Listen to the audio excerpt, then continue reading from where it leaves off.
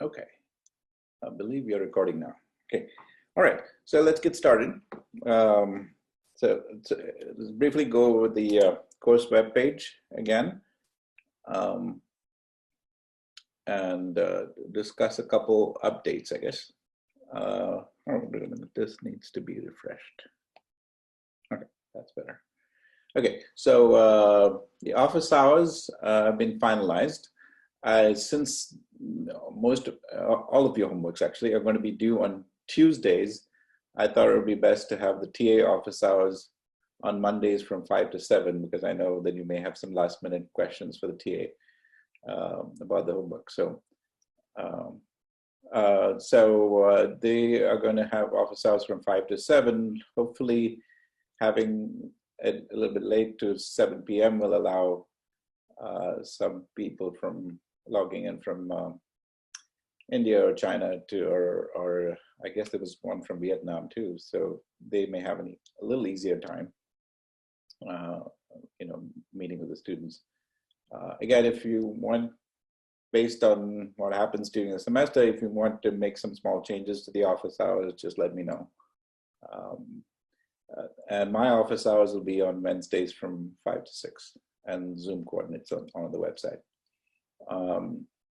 Your homework 1 has been assigned, and you would need to get an account in Gradescope if you haven't gotten one already, and use Gradescope to upload your solutions. So you can either download the homework from Gradescope or do it from the website. I think there was a typo in one of the questions. I may need to fix the typo in Gradescope, but it was a minor typo, just 2 matrices being called the same thing, and problem 2. So I'll upload the new one to Gradescope, but you should still be able to use the one from Gradescope if you already downloaded from there. Okay, and anything else? Oh, the programming assignments. The first one will probably be due between the weeks when homework 2 and homework 3 are due. Okay, so roughly about 4 weeks from now, and we'll post the programming assignment soon, probably by this weekend. It'll be on the website. Now, I want you guys to form teams of 3 to do the programming assignment.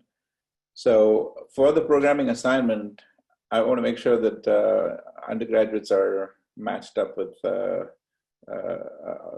couple of grad students, because there are more graduate students in this class than undergraduates. So what I'm going to do is I'm going to form the teams for the programming assignments, and then there'll be instructions on how you actually submit the assignment. Basically, the team of 3 will work together on developing the code, and one of the members of the team will essentially display or demonstrate the working of the code to one of the TAs during an office hour. So that's how it's going to work. Okay. And of course, since there are 3 programming assignments and each team has 3 students, hopefully I can form it so that each team has 3 students. Maybe one team will end up with just 2, depending on how many students are there in the class. But I hope it'll be reasonably uniform. And then basically you take turns. One of you will present. All of you should be there in Zoom, but one of you uses your computer to show how the code, the Python code is run to produce the results that are needed for the programming assignment. So any questions about that? So with the programming assignments, I'll form the teams for you. For the graduate the students taking a course for 4 credits, you'll also be doing a project at the end, a paper project. And for that, I'll let you guys form your own teams. So again, for the paper project too, you can form teams of up to 3 students, but I'll let you form the projects on your own for that. Okay, but we'll talk about that a little bit later in the course. Okay, so if there are no questions about these logistics, any questions about the homework on Gradescope or anything, now's the time to ask. Unmute or chat. When is the homework due? The homework is due on Tuesdays, right before class, at 11 a.m. on Tuesday. So, and it's every other Tuesday. So the first homework will be due next Tuesday by 11 a.m. and then subsequent homework will be every year. Anyway, the due date should be on the homework assignment. Hi. That's on the website here too. Due September 8th, 11 a.m. Greek. Yeah. Hi. So all the problems in the homework, like, do they have the same? Do they hold the same marks, or am I not supposed to know the marks? Yeah. They'll. I'm not going to bother with giving them different weights. So all of them are 10 points. Okay. Oh, okay. So don't worry about it. So some of them may be easier than the others, but that's okay. It'll average out. So all of them are 10 points. Okay, thank you. All right, any other questions? Yes, for the for some questions that you probably need to calculate eigenvalue. Are we supposed to calculate by hand, or is are we allowed to use Python? Actually, you probably don't need to compute eigenvalues for this assignment at least. So think of a way to solve the problem without actually having to compute eigenvalues. But if you want to, you can use MATLAB or Python to compute the eigenvalues if you want to do it that way. But yeah. I see. Thanks. Okay. Also, can we submit the homeworks by pen and paper like this? Actually, that's a good point. I prefer that actually. So I prefer that you write your solutions.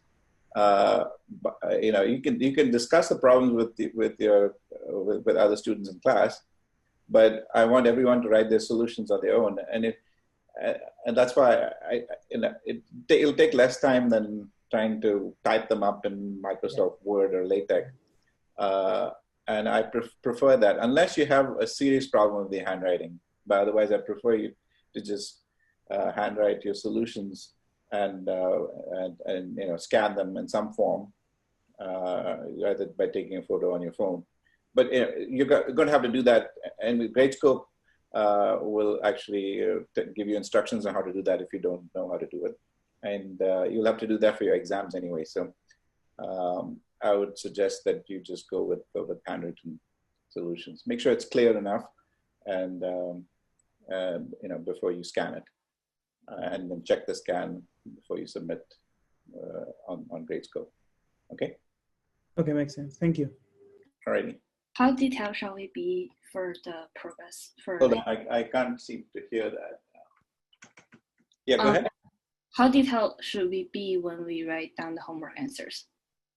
It should be clear enough that just like with any other class that you've taken, just make sure it's the steps are there that convince that the TAs who are going to be grading these homework assignments that you understood how to solve the problem. Okay, thank you. But if you want to use a result that we derived in class or a result that's in the book, so you can quote the result and say you don't have to give the steps then for the proof of that result. So, okay. Thank you. Yeah. Okay. Any other questions? Otherwise, we can get started with lecture 3. Okay, doesn't seem to be any other questions. Okay, so let's get started. Sure. Let's see, lecture 3. Yeah, so this is lecture 3. Oh, actually, before we do that, maybe we should visit lecture 2 a little bit. And just to remind you of what we did last time. So we talked about diagonalization of symmetric matrices, and then we talked about the fact some properties like X transpose AX is upper bounded and lower bounded by lambda min X squared and lambda max X squared. And then talked about this trace rotation thing, which is one of your homework problems now.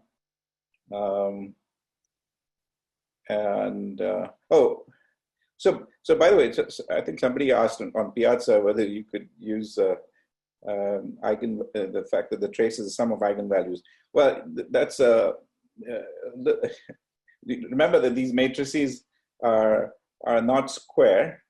Okay, so you have to be a little bit careful. You don't need any of that. Just use the definition of the trace to solve that problem. Okay, you don't need any eigenvalues for that. We define positive semi-definite and positive definite matrices, and of course, where the inequality is reversed, they're negative semi-definite and negative definite, and you have a homework problem where you basically test whether matrices are positive definite or positive semi-definite and so on.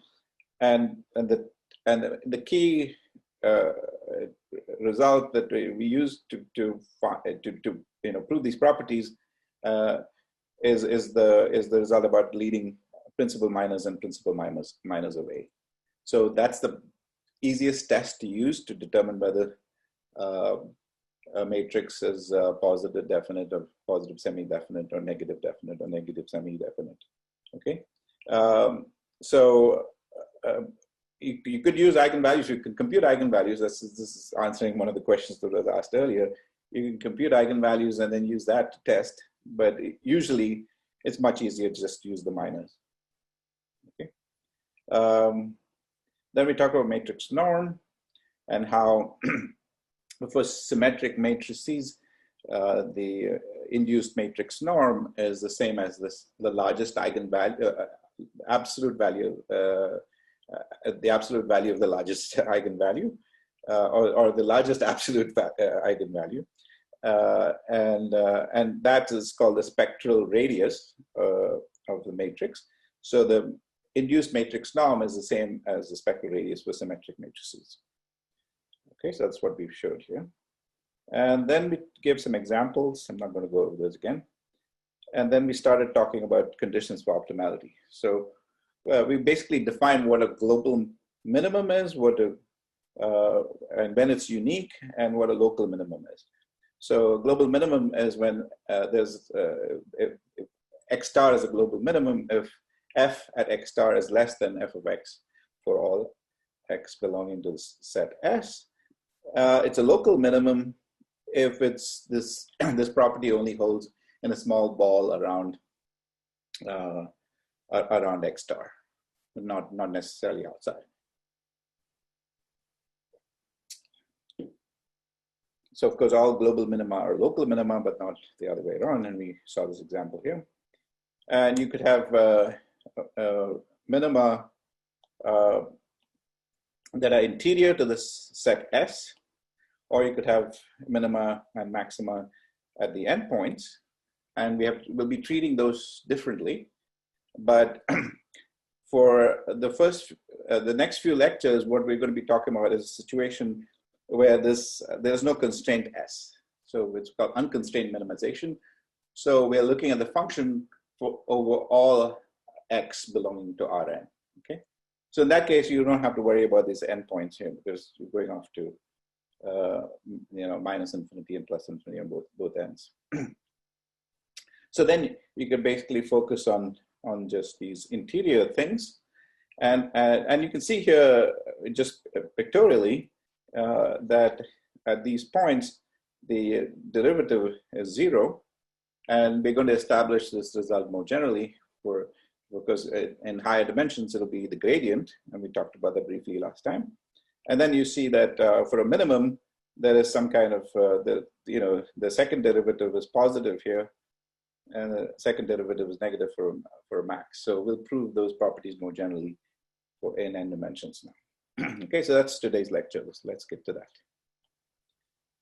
Okay, so but first let's look at necessary conditions for optimality. So for by necessary conditions, we mean that if x star is a local minimum, okay, then what does that imply, okay, about f? What is that? What does that? Sorry, what does that say about the gradient of f? So first we'll look at first order necessary conditions, okay. And in order to even talk about the gradient, we have to assume that f is differentiable, and actually we'll assume that f is continuously differentiable, okay. But that may mean that the derivative exists and the derivative is continuous, or the gradient exists and the gradient is continuous, okay, in a neighborhood around x star. Okay, so let's begin. So this is in one dimension. This is what the picture looks like, right? You have an f, okay, and an x star here, and we already know from undergraduate calculus that the derivative here is 0. Okay, but now think of this x as being in some high dimensional space. Okay, right? So what happens then? Okay, so actually what we're going to end up doing is actually borrowing some results that you already saw in one dimension in your undergraduate calculus class, okay, and then adapting it to the high dimensional setting. Okay, so what we do is the following. We start at x star and then move in some direction from x star, okay. So in one dimension, what happens is with the when you move away from x star, let's go back to my pointer. When you move away from x star, the value of f is increasing. Okay, so if I'm, of course, they could be flat here, so it might take a little while to get out and get a value that's larger. So let's say that I move. If I look at x star plus alpha z, where z is some direction, arbitrary direction in Rn.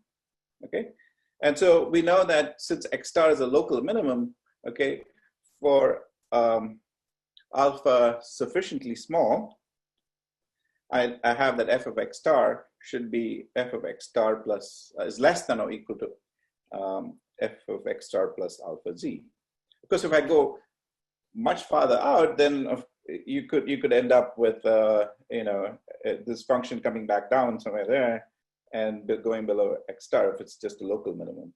Okay, so then you could be less than f of x star. But for a sufficiently small alpha, so if alpha is bigger than 0, sufficiently small, this still holds by the local minimum property of x star. Okay, so now I'm going to use this to define a one-dimensional function. So alpha is just a real number, right? A real positive number. So I'm going to define a function of alpha. So this is like a one-dimensional function that you studied in your calculus course. So g of alpha, I'm going to define it to be f of x star plus alpha z minus f of x star. Okay. Since f of x star is smaller than f of x star plus alpha z, this is bigger than or equal to 0. Okay, so now we'll apply the mean value theorem that you studied in undergraduate calculus to this function g alpha. So the mean value theorem says that g of alpha is, say, g of 0, I use some point 0, plus the derivative of g at 0 times alpha, okay? But then I'll have to add, so if I use the Taylor series expansion, I would add little o of alpha here. But I'm going to use the mean value theorem and get something exact, right? So I'm going to make this, for that I have to make what the derivative, I take the derivative at some point beta, right? And what should that beta satisfy by the mean value theorem? Anyone know? should be between 0 and alpha. Yeah. So for some beta between 0 and alpha. That's what the mean value theorem says. So the mean value theorem is basically an it makes the Taylor approximation, okay, exact. But of course, it's not the derivative at 0 that you can use for the exact result, but you have to use the derivative at some point between 0 and alpha, right? So now let's compute the G prime of beta. So remember, so this G prime of beta, G of beta would be this function here with beta in here. But beta is multiplying an n-dimensional vector z. So when I take the derivative, I have to basically, when I apply the chain rule, I have to apply the chain rule for every component of that vector and then add them up, right? So I'll get this to be the summation I equal to 1 to n, the derivative of the partial with respect to the ith component of x star plus beta z. And then I need to take the derivative of beta z with respect to the ith component, okay? And that derivative will produce a zi here. So for the ith component. So if I apply the chain rule, that's what I get. And so now plugging that into the expression for G alpha, I'll get this to be equal to alpha times G prime. But by the way, what is G0? So G0 is F star minus F star is equal to 0. So this goes away. So G of alpha is just the second term, alpha times G prime of beta, sorry, which is the sum, alpha times the summation I equal to 1 to n. I'll write a zi derivative of partial of f with respect to the ith component evaluated at x star plus. But G alpha is bigger than or equal to 0, right? So then this quantity, since alpha is a positive number, this is positive, then this, what remains, the summation has to be positive. So I get that this has to be positive.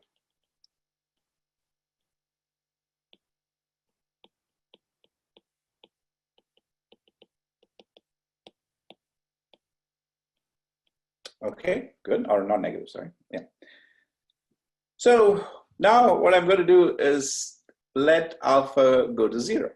If alpha goes to 0, beta is something between 0 and alpha, so it's also going to go to 0.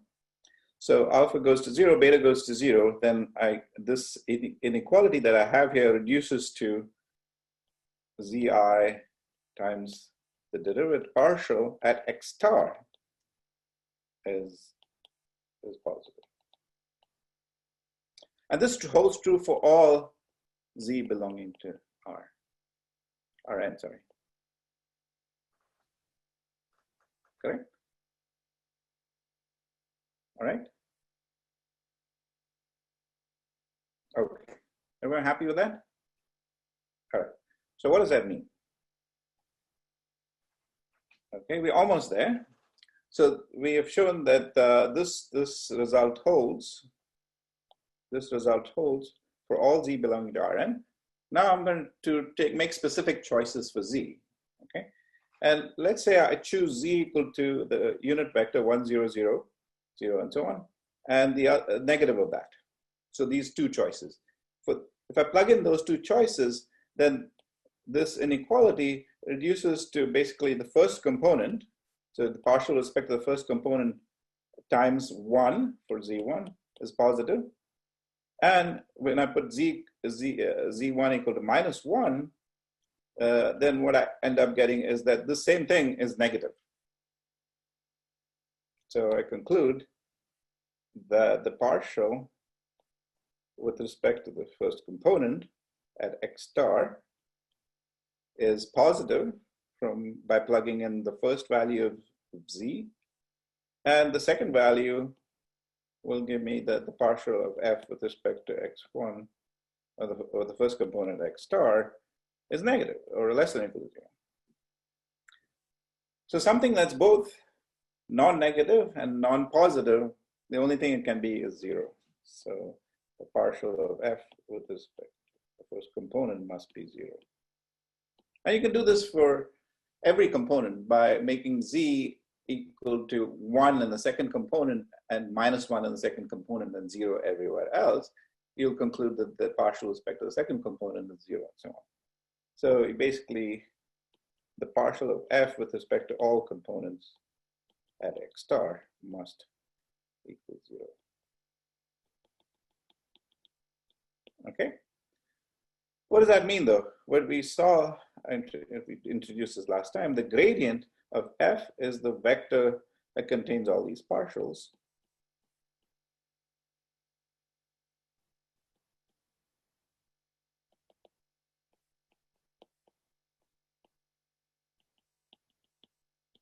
Okay, you can put a transpose there to make it a column vector, and this, since all the components are 0, this gradient is 0.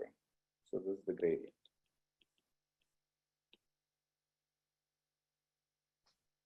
Right. So what we've shown basically is that if x star is a local minimum, and of course f is continuously differentiable, then the gradient at x star must be 0.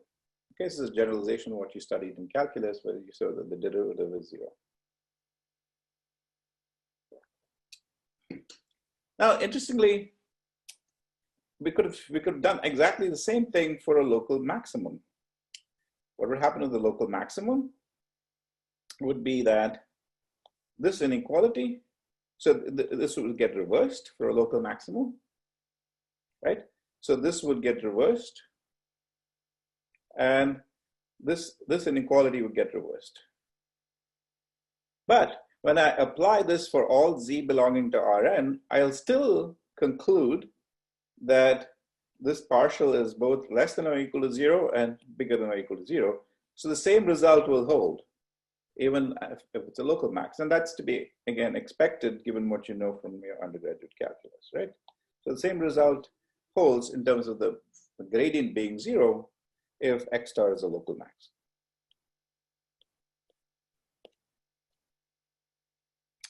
So we get now to the formal statement of the result.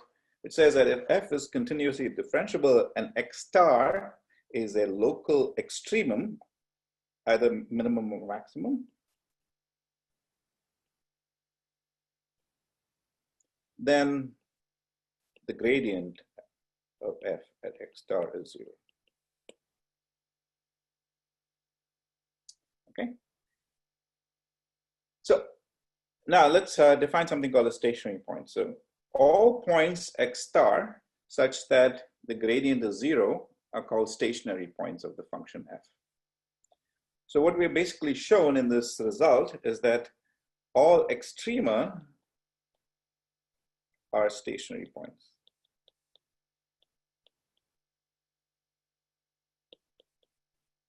But not all stationary points have to be extrema. And this you saw, you should have seen this in your undergraduate calculus. And I'll give you the example that you probably saw in your undergraduate calculus class. So not all stationary points have to be extrema. And let's do a simple example of that. If f is x cubed, the derivative is, this is one dimensional, the derivative is 3x squared, and the derivative of 0 is 0, but 0 is not an extremum.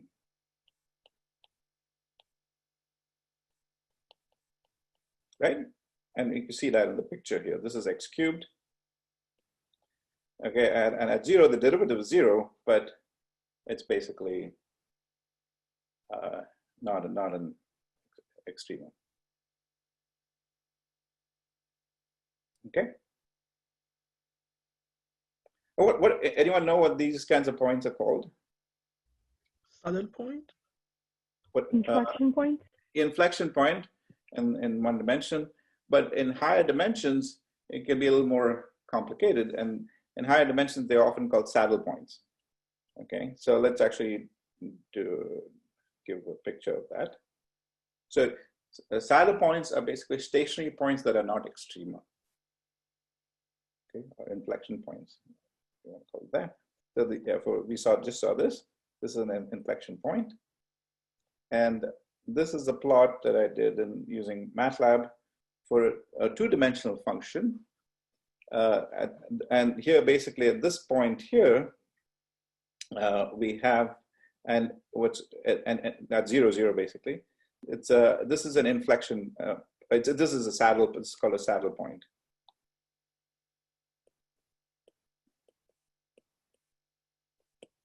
Okay, because in higher dimensions, what could happen is that you could have, if you go in one direction, you have if you go along one direction, you might have a maximum, but if you go along some other direction, the same point could be a minimum, and that's what's happening here, right? That's what, and this looks like a saddle in 2 dimensions here for this 2-dimensional function. So that's why it's called, or function of 2 variables, and that's why it's called it's called a saddle point. So if you look at a saddle on a horse, okay, this is what it looks like, right? So a little bit like, so this is where the person riding a horse would sit. Okay, so that's why it's called a saddle point. So any questions about that?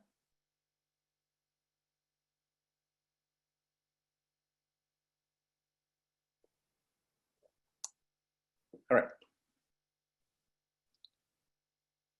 All right, so now let's go to the second order characterization. So we know from calculus again that at the local minimum, the second derivative is positive. So what's the equivalent of that? Or second derivative is non-negative, I guess, if x star is a local minimum. So actually it's exactly the same kind of result, except that the second derivative is now replaced by the Hessian matrix, right? And we briefly mentioned this last time. So the Hessian, which is denoted by this del squared f, has components ij, which are the partials of f with respect to the ith and jth components. Okay, the second partial with respect to the ith and jth components. So that's what forms this matrix, del squared of f, and it's called the Hessian.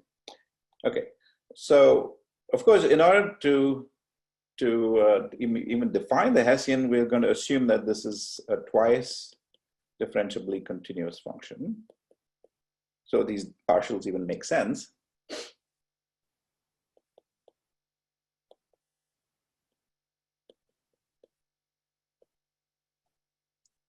Okay.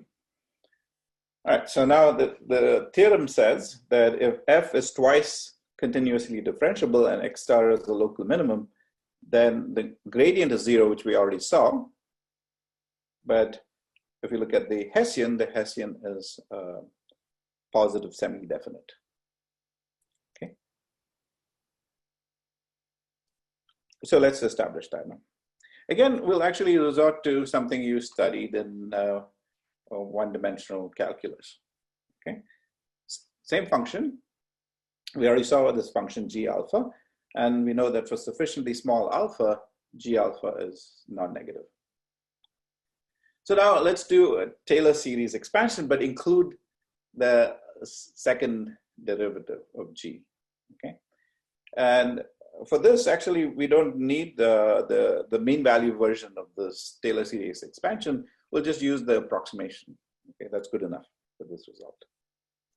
Okay, so a little bit later, when we maybe in lecture 4, we might actually need more accurate characterizations when we involve second derivatives, in which case we'll use a mean value version, an exact expansion instead of an approximation.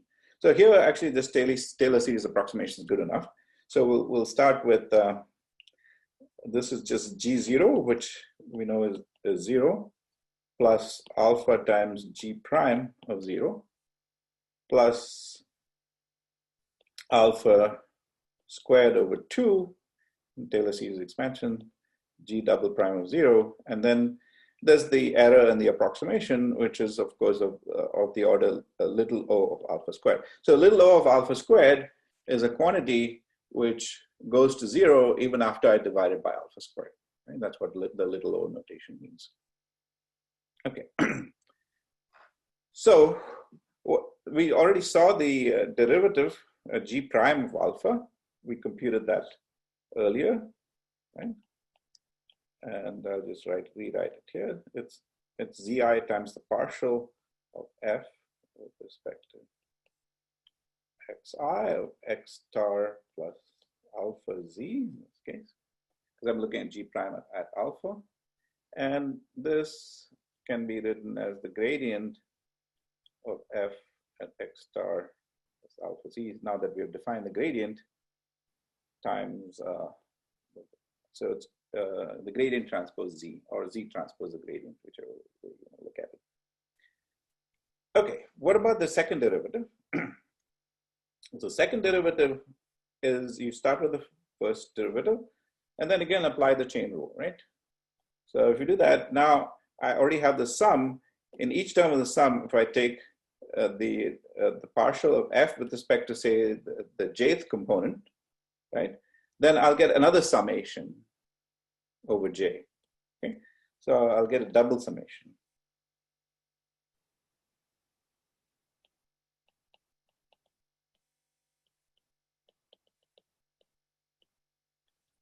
Zi Cj, and then the second partial with respect to ith and jth components of x star plus alpha z. Okay, but this I can write more compactly, and we saw an expression like this last class when we talked about matrices. So this is basically just the vector z transpose times the matrix del squared of f times the vector z. So it's this quadratic form, right? So that's what the second derivative of G is. It's related to the Hessian. The first derivative is related to the gradient, and the second derivative is related to the Hessian. Of course, this is all done in some direction z, some arbitrary direction z belonging to Rn. Okay. Okay. I'm going to mention this here, and then we'll talk about this again when we talk about constraint optimization. So when we're doing unconstrained optimization, all directions z are allowed. Okay, so that's why we could actually do this for every z belonging to Rn. But when you look at constraint optimization, maybe let's go back to what we talked about at the end of lecture 2. When you have these endpoints, then not all directions are allowed, right? I'm not allowed to go beyond this. I can't go in this. I can only go this way. So when I have constraint optimization, I really cannot do a step like this for all z. And then we have to worry about what we need to do to get necessary and sufficient conditions for optima in that situation. And we'll talk about that a little bit later in the course. Okay. But keep in mind that you could do this kind of operation only if there are no constraints, so you can move in any direction from x star. Okay. Any questions about that?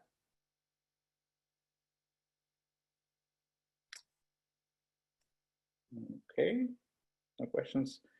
We'll go on to seeing what happens to these quantities at 0. So at 0, if I plug in 0, of course, basically x star plus alpha times z just becomes x star. So g prime of 0 then just becomes the gradient of f at x star transpose z, and g double prime of 0 is z transpose the Hessian at x star times z.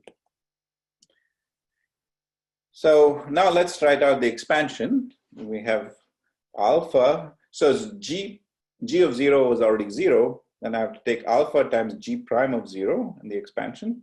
So I get this for g prime of 0, then alpha squared divided by 2 times g double prime plus little o of alpha squared. Right? But this we actually already showed is 0. Okay, this was shown before in the previous theorem, that the gradient at x star is 0. So what we conclude now is that for all z belonging to Rn, the remaining stuff, alpha squared over 2 z transpose times the Hessian times z plus little o of alpha squared is non-negative. Now what should we do? We want to basically establish that the Hessian is positive semi-definite. For that, we need to show that this quantity here inside, just this part, is non-negative for all z. So what should we do to conclude that? Any thoughts? So starting from this line here, how should we conclude that this guy, only this part is non-negative? Should we take a limit? Take a limit, but what do we need to do before we take the limit? Divide by alpha squared. Very good. So you just divide by alpha squared, and then we know that this little o of alpha squared, even after you divide by alpha squared, is going to go to 0. So basically then this has to be non-negative.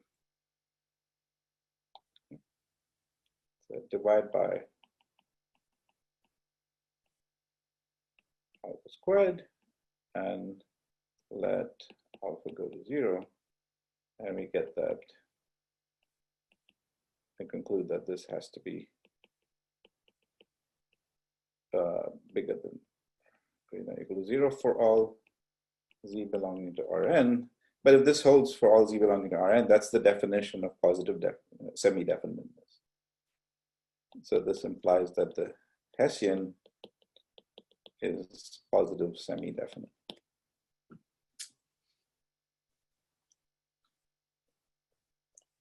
Right?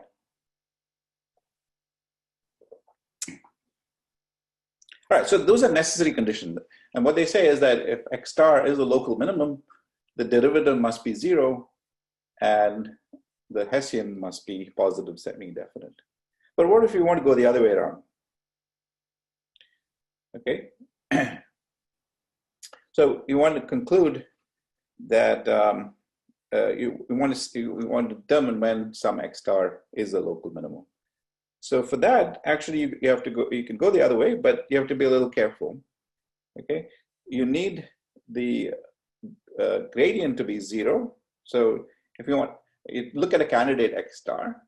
You see that the gradient at that x star is 0, and if you also see that the Hessian at that x star is positive definite, not positive semi-definite, but positive definite, then x star is a local minimum.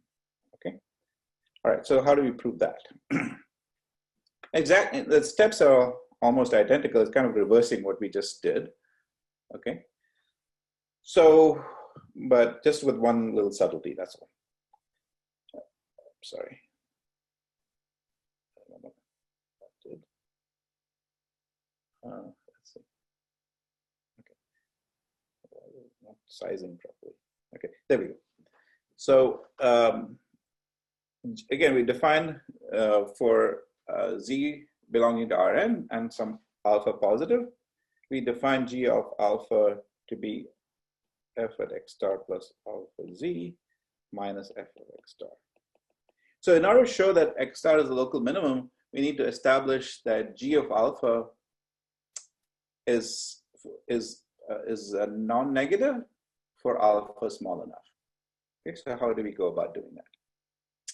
Okay, so when we went for the necessary condition, we assumed that G of alpha is non-negative and then proved some conditions about the gradient and the Hessian. Now we go the other way. Now we assume some conditions on the gradient and the Hessian and then prove that G of alpha is going to be non-negative for small alpha. Okay, so again, we use the Taylor series expansion. This is G0 plus G prime of 0 times alpha plus alpha squared over 2 G double prime of 0 plus G, sorry, not G, little o of alpha squared. Okay, but we already showed that this is 0. We know that this is 0, and we are assuming that the gradient, so this is basically really just the gradient times times x star, and so we know that this is 0, right?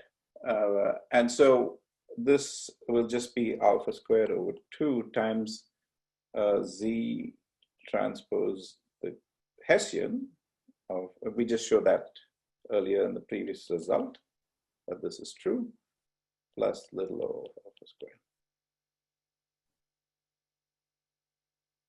Okay, so now what is left to be done? So what I'm going to do here is pull the alpha squared over 2 outside and just write the what remains like this. So what I have here is little o of alpha squared times 2 divided, I should maybe rewrite that a little bit. 2 little o of alpha squared divided by alpha squared. That's what I have here. But this guy, by definition of little o of alpha squared, this goes to 0 as alpha goes to 0. Okay, and this is by oh boy, why does this keep happening? Okay, so this thing here is positive because for all z not equal to 0, by the positive definiteness of the Hessian. So what I have here in parentheses is this quantity that's going off to 0 as alpha goes to 0, and something that's positive. And what's multiplying here for all alpha that's positive, this is also positive. So basically what ends up happening to this whole quantity is that G of alpha is going to be positive for alpha sufficiently small.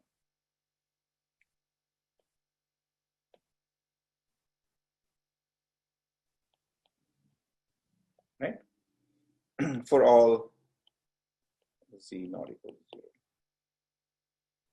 And this means that x star has to be a local min.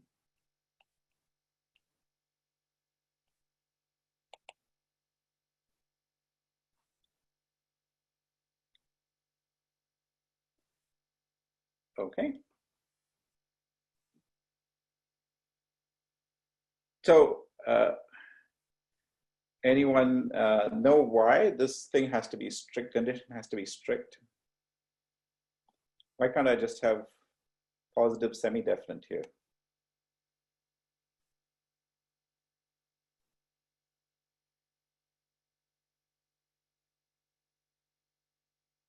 Yeah. Because if it is 0 and the second term is negative, then G of alpha is negative. Yeah, so that from the proof, that's true. But can you think of an example of how you might actually, why you might have problems? And actually, an example that we just saw earlier in today's lecture. An example for which the gradient is 0, and the Hessian is also 0, or a second derivative in that example. Second derivative is 0. Okay, but x star is not a local minimum in that case. We just saw that example. X cubed. Cubed, exactly. The function x cubed satisfies the first derivative is 0 and the second derivative is 0, but x star is we saw was an inflection point. It's not a local minimum. So you really have to have this be strict to go the other way. Okay? So we just have a counter example. All right.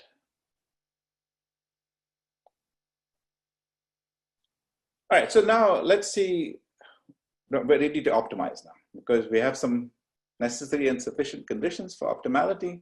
So we're ready to optimize. So let's see how we could use that.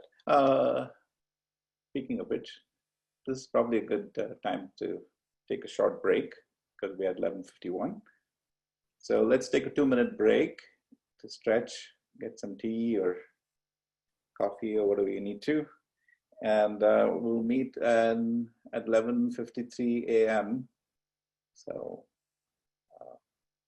okay, unless you have a question before the break.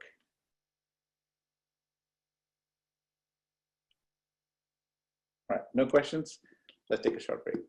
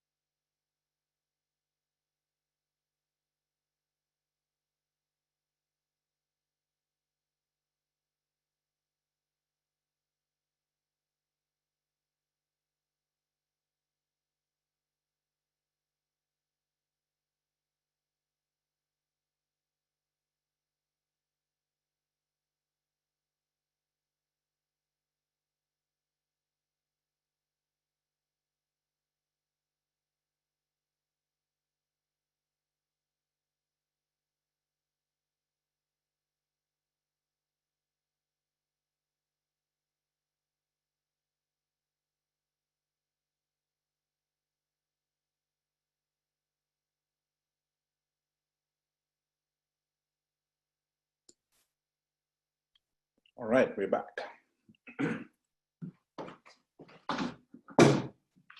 So any questions? No? All right, so let's see whether we can use our necessary and sufficient conditions to optimize, okay? So what we can do is, first, identify all points that have gradient equal to 0, because we know that we need to focus on those points. Those are the only points that can be extrema. But not all of them are going to be extrema. Some of them are going to be, could be inflection points or saddle points, right? And then since we're looking for, say, a minimum, and you do the opposite thing for maximum, of course, you're looking for a minimum, you rule out all points that don't satisfy the Hessian as positive semi-definite. And look at all the points with the Hessian being positive definite, we just saw from our sufficient condition, strict local minima.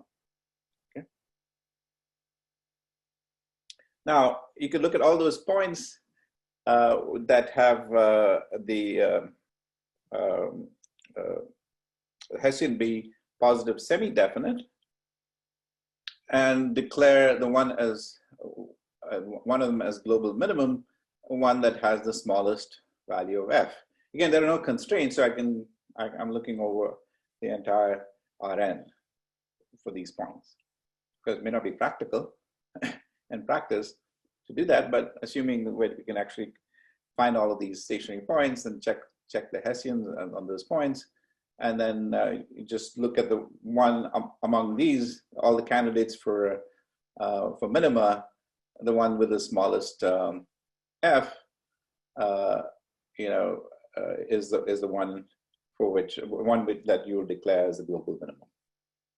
Okay, assuming that a global minimum exists, right? Because you could have a situation where the global minimum doesn't exist.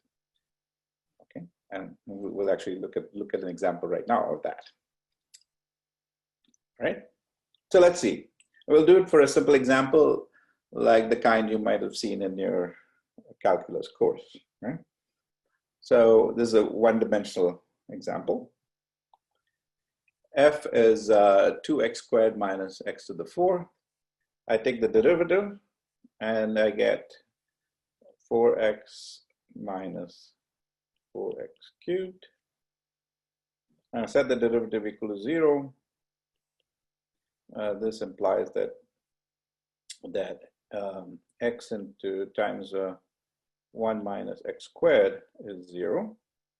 And from that equation, I conclude that there are only 3 stationary points for this function: x equal to 0, x equal to 1, and x equal to minus 1. Okay. Now let's compute the Hessian at these points, which is the second derivative in this case.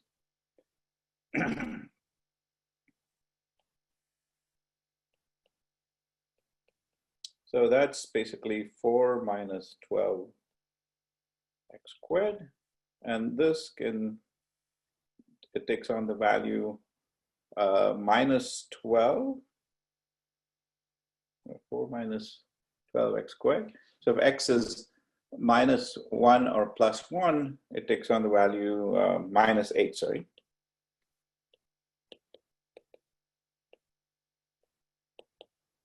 And it takes on the value 4, which is positive if x is equal to 0.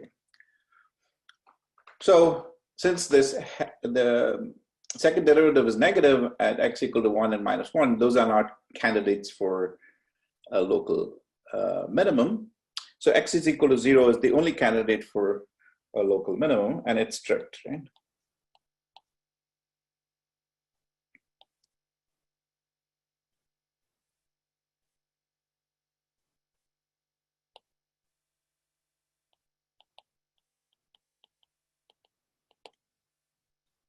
But let's look at what happens to this function. So before we can conclude that 0 is the minimum of this function, or the global minimum of this function, we have to actually determine if this function actually has a minimum.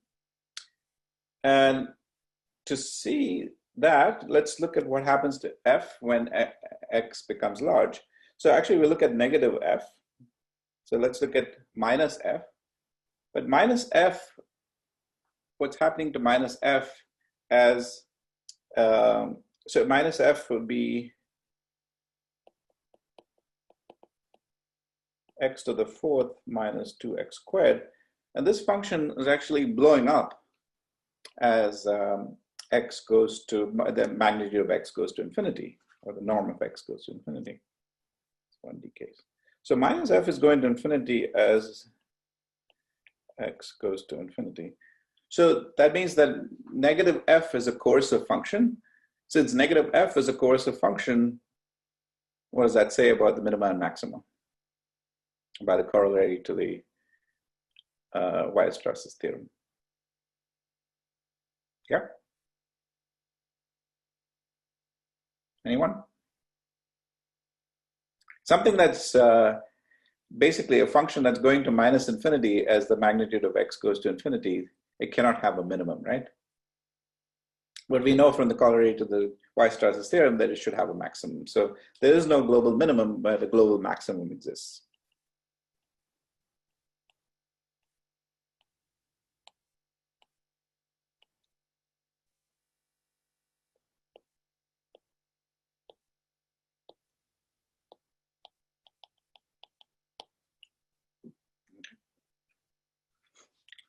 So x equal to 0, 0 is only going to be a local minimum because the function basically goes off to minus infinity.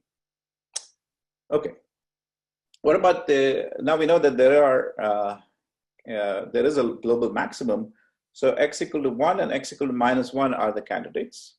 And they're actually both, at both of those points, the derivative is strictly negative. So they're both strict local maxima.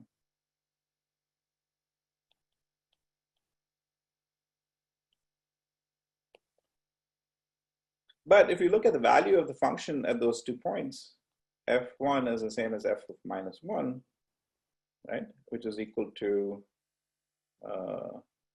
f of 1. What is f of 1? It's equal to 1, right? And so both +1 and -1 are global maxima. Okay, and we can actually conclude this also by drawing this a picture of this, which is easy to do because it's just a one-dimensional function, a function of one dimension. So and this function looks like this. There is a local minimum at 0,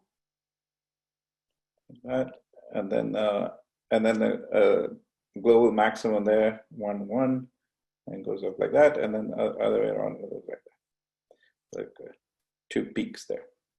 So that's what this function looks like. So these are global maxima, and this is the local minimum, and then it goes off to minus infinity in this direction. All right, any questions? Okay.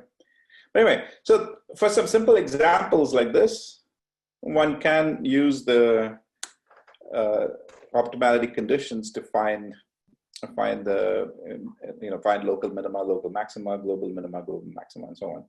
And you'll do another example like this in your homework assignment. A little more complicated. Okay, but in general, actually, it'll turn out for more complicated functions. And we'll revisit this in next class, or maybe in lecture 5, and we'll talk a little bit more about how we can use these conditions to find optima, and we'll conclude that really in practice it's very rare that you can use these conditions to find optima, and then you have to use other methods like iterative methods, gradient descent, and so on. So which we'll talk about in detail a little bit later. Okay, but there's a special class of functions for which the optimization problems are much easier, and these are called convex functions. So let's define convex sets and convex functions now. Okay, so any questions so far before we talk about convex sets and functions? Okay. Again, this is something you may have already seen in some form in a previous course, but we'll just do a quick review. All right. So we call a set a convex set. Okay. So this is some subset of Rn. We call that a convex set. If we look at any 2 points x, y belonging to that set, and take any alpha in the interval, closed interval 0, 1, then I will look at the linear combination alpha x plus 1 minus alpha y. So that has to belong to the same set. So here's an example of a convex set, right? I take the points x and y, which are in the set, and then this alpha x plus 1 minus alpha y is some point on the line joining x and y. Okay, and what this is saying is that this line has to be inside the set. So that's a convex set. Okay, Because I can draw something that's not convex, right? That looks something like this. So this is not a convex set, because now if I take my x to be this point here and y to be this point here, then the line joining x and y goes outside of the set. So this is not a convex set. Okay, so everyone understand the concept of convex set and something that's not convex? Okay, so now that we define a convex set, we can define a convex function on that set, right? So a convex function is a function that maps from the set S to the real line, where this S is a convex set. And we require this S to be a convex set because we want this convex combination, this linear combination, alpha x plus 1 minus alpha y, is also called a convex combination of x and y. We want that to still remain in S. Okay, so this will only make sense if my original set on which I'm defining this function is a convex set. So for a convex function, this combination is less than or equal to, f at the combination is less than or equal to alpha times fx plus 1 minus alpha times fy for all alpha belonging to 0, 1 and x, y belonging to S. Okay? So that's how you define. I mean, we'll show a picture and actually, let's go ahead and show the picture here. So this is an example of a convex function. This is an example of a convex function. What this is saying is that if I take 2 points x, y, okay, and so the set might be this set here, say, and x and y are in that set, and I then look at the alpha x plus 1 minus alpha y. So this is a point that lies somewhere between x and y. Okay, that's this point here. I look at the function at that point, and that's here. And I look at the function at x and the function at y, and take a convex combination of those, and that'll be on the line joining these 2 points. So that's alpha fx plus 1 minus alpha fy.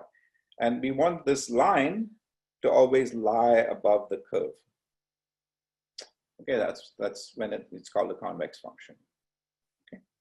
Now, a function is said to be strictly convex if this inequality is strict. If this inequality up here, this guy is strict. For alpha belonging to the open interval 0, 1, because you can't expect it to be strict for alpha equal to 0 or alpha equal to 1, in which case you just get fx on both sides or fy on both sides. So that's why you have to make it, when for a strictly convex function, you make alpha belong to the open interval 0, 1. And of course, x should not be equal to y. Otherwise, again, trivially, the left and right hand side will be equal, right?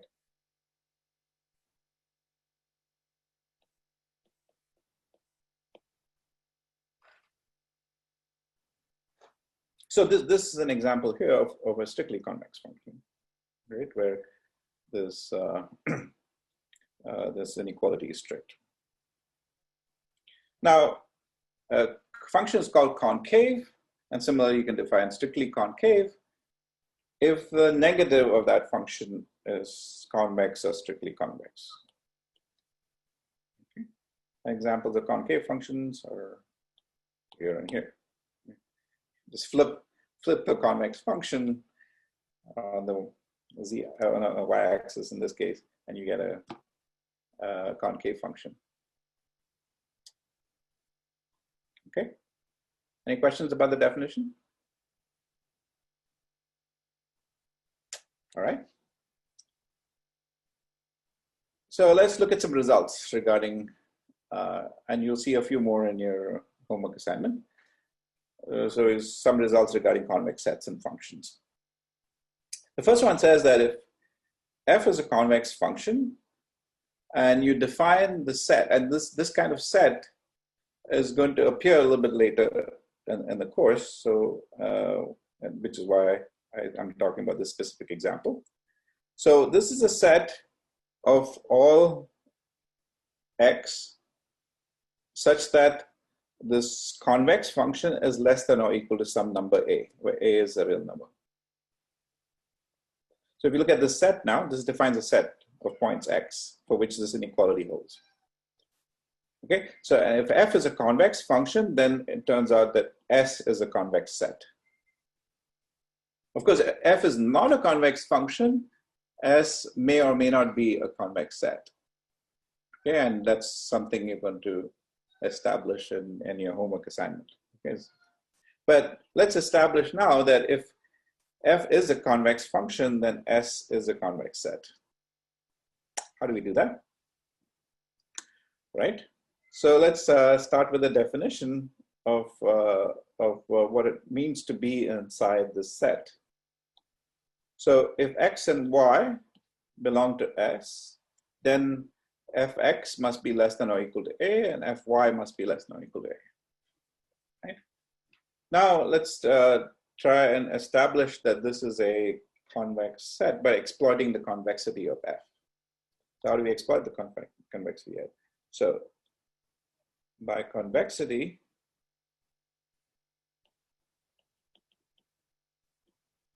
of f, we know that for all alpha belonging to the closed interval 0, 1, f of alpha x plus 1 minus alpha y.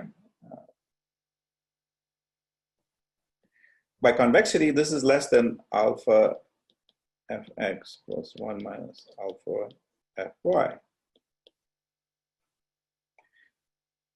But fx is less than or equal to a, fy is also less than or equal to a, so this whole thing is less than or equal to alpha times a plus 1 minus alpha times a, which is equal to a. So what we have just shown is that f evaluated at this point is less than or equal to a, so this point, this linear combination alpha x plus 1 minus alpha y must belong to the set S.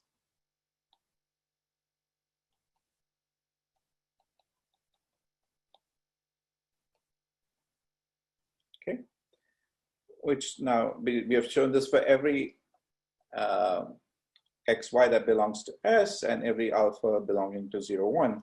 So this means that S is convex.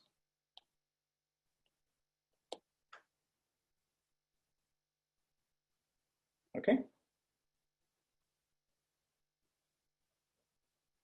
So for example, if I take a function, convex function like x squared or norm of x squared, that's a convex function.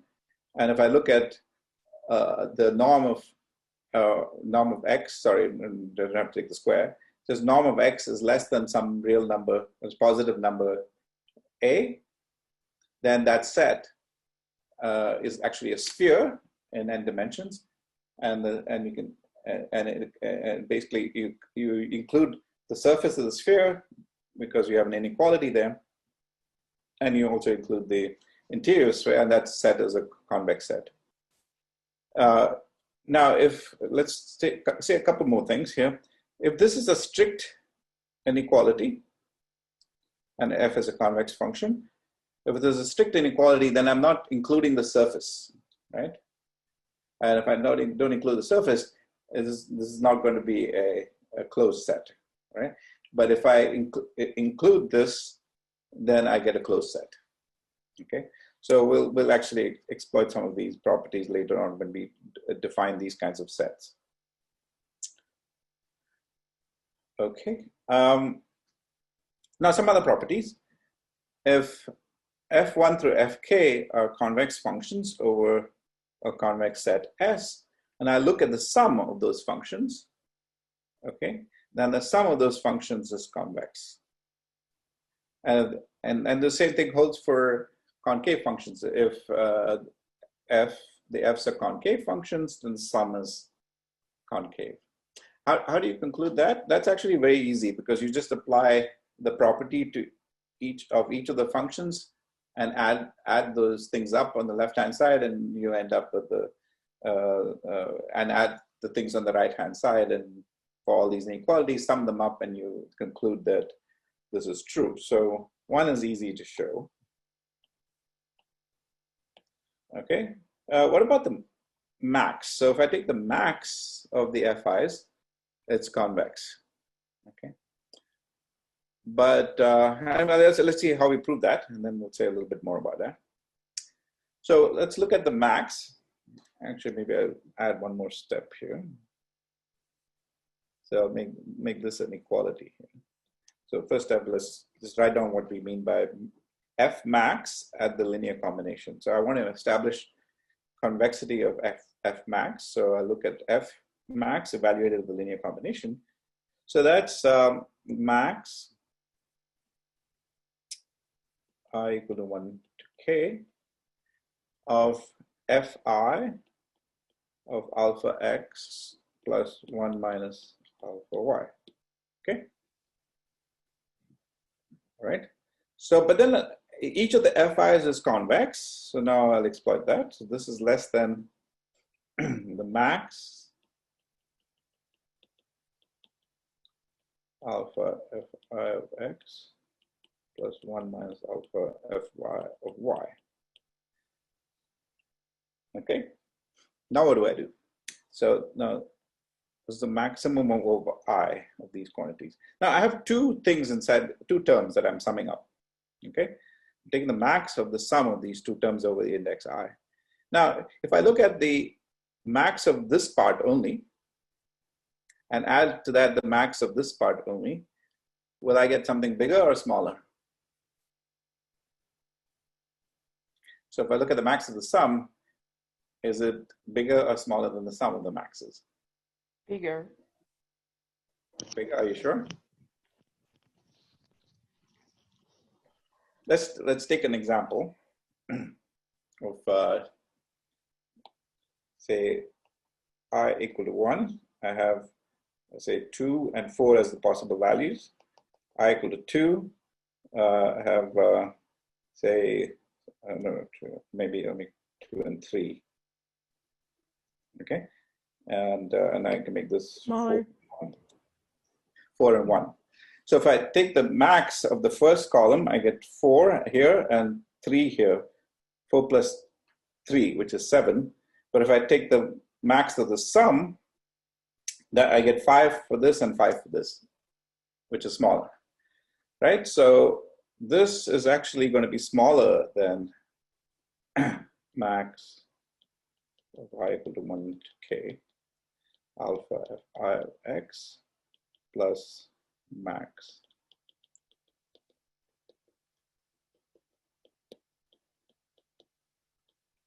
Okay. And you can actually prove this more formally if you want, and try and do that at home if you haven't seen it before. And so this is basically equal to alpha times max. So alpha times F max, sorry.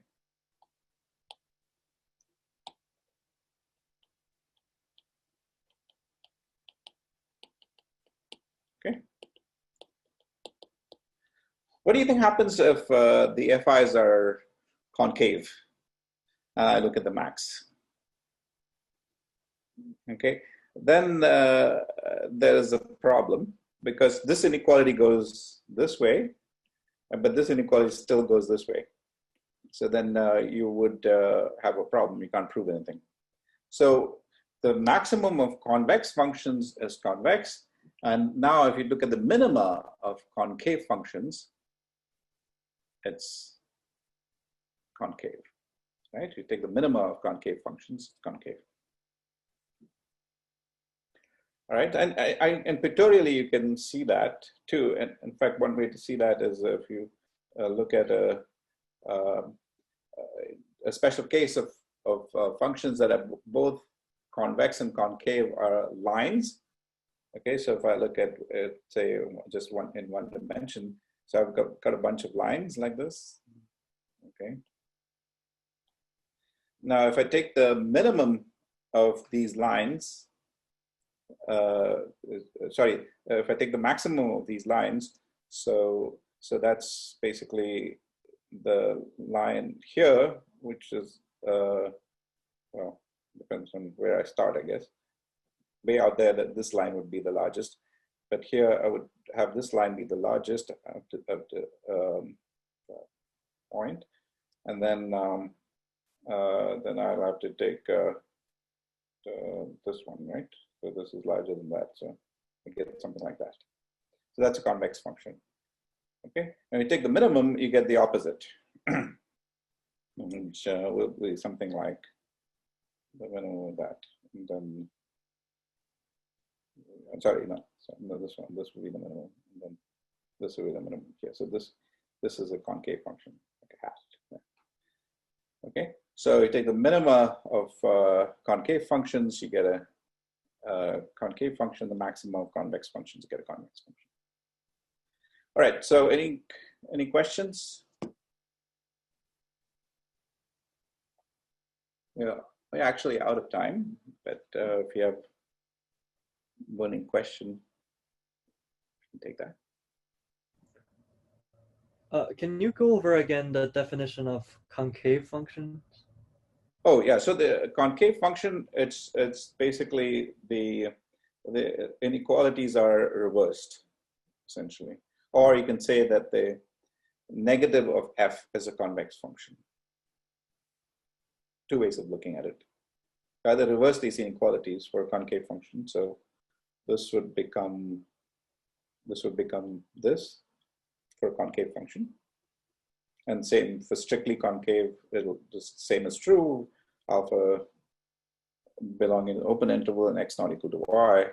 If the inequality is strict, it's a strictly concave function. Or another way to look at it is that the negative of f is a convex function. So here's an example of a concave function. If I flip it around, the negative is a convex function. Does concave function has to apply on concave sets? Ah, yeah, very good question. So there is nothing like concave set. There's only a convex set, because the definition of a convex set is basically saying something about this convex combination belonging to S. So there's nothing called a concave set. There's only a convex set. So both convex and concave functions are defined over convex sets. Okay. Thank you. All right. Any other questions, or we'll stop?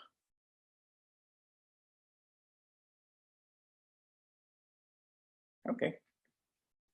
All right. See you on Thursday.